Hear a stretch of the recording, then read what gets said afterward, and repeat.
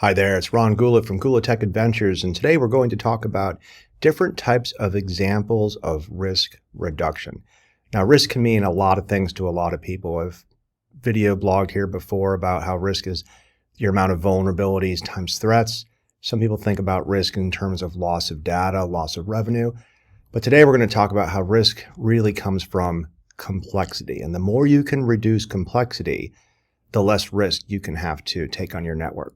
So let's start with a real basic example. A lot of times I work with organizations and they lament, oh, we have to use just one browser. We're all on Microsoft, we're all on Chrome. Well, think of it this way. Would you rather defend an organization that had an infinite, wide variety of browsers and configuration, or one browser?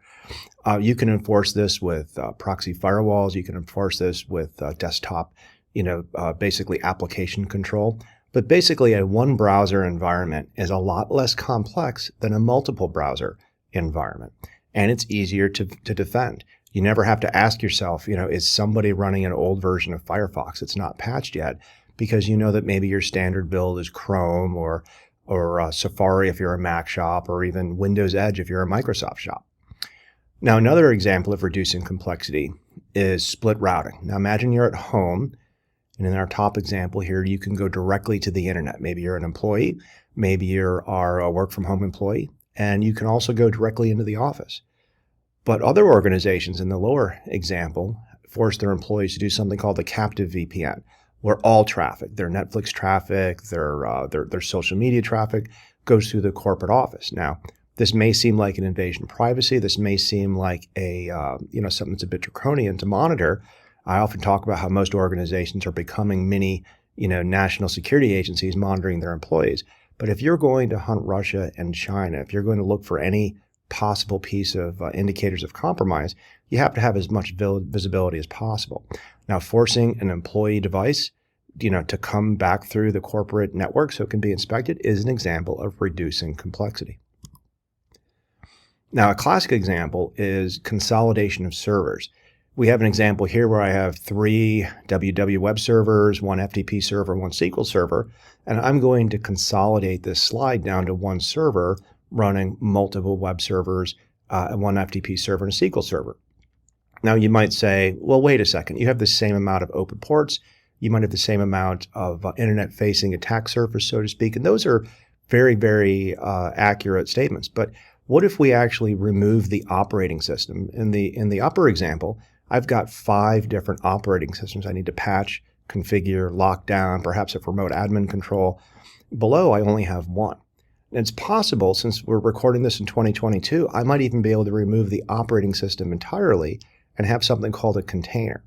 So this type of consolidation is a great form of risk reduction. On the outside, yes, I still have 3 web servers, an FTP server, and a SQL server. But on the inside, I have a lot less complexity. I have a lot easier way to manage things, and it's a lot easier to defend. Now, another example is remote desktops. Now, imagine a situation where we have an employee working from home, and they connect to the office, and it's a Microsoft environment, and people are just sharing files, because they're sharing files. They're sharing them over email, they're sharing them over Teams, they're sharing them over file shares, and you could say that that computer is fairly secure, but those files are out there. Now, imagine the below example where at the office, the only way you get to work on certain types of files is through a remote desktop. Now, in this type of environment, a remote desktop allows you to basically get onto another computer and work with files as if that computer was yours. If you've never heard of this concept, it's like zooming to somebody else's computer that's really your office computer. Now, the advantage of this is data control for very, very sensitive things, financial, secret plans of the F-22, what have you. You can set up servers that have a lot of authentication and inspection of who's coming in to get to them, but you simply can't remove files from these computers. Now, this really allows you to have a lot more control over where the files are at and where they go, and it makes it less likely, even if that home user was compromised on their laptop, the level of effort an attacker that would have to go through to get to that data is a lot harder than if those files are sitting there unencrypted in the first place. Now, the last example I'm going to talk about is an old one, but it's actually kind of a really interesting question because we don't, as a cybersecurity industry, we really don't have a good way to answer it. In the late 90s, early 2000s, if you were in IT and you were running email, you had to run email servers all over the place. And when I say email servers, I'm kind of glossing over the complexity of what it takes to deliver and send mail. But there had to be backups, you had to have fault backups, you had to have failovers, because you could have internet connectivity issues, server issues, and whatnot. But today, we kind of hide all that complexity with cloud email providers. Now, you could say it's a lot more secure, because in the past, I had to do all of that work of patching those servers and making sure they're up. And now all I have to do is make sure my Google or my Office 365 is much more secure. And it makes a really, really good example. But you do end up losing control over that data. And a lot of organizations still hold on to, running these servers that are out there. So I always say it's if you're running a public internet-facing service like a web browser, like an email server, you really should go to a cloud provider. But if you're running your own data, like a SQL Server or database file share, you really need to think about controlling that data from the ground up. And as we said here, risk, if you basically say that risk equals complexity, and complexity reduction basically leads you to monocultures. Now, in every one of these examples, you end up relying on one type of thing. And in the past, it was said that monocultures were a bad thing. You're vulnerable. One attack can take you out.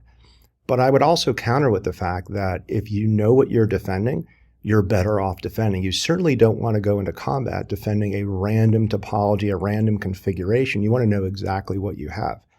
Having monocultures, having a large number of the same things really makes it a lot easier to defend that network and to see what's being protected, where your anomalies are and whatnot. So anytime you can generally reduce risk, you're really reducing complexity in your organization. If you like this video, you can check out more videos on this YouTube channel or visit us at gula.tech. Thank you very much for watching. I'm Ron Gula.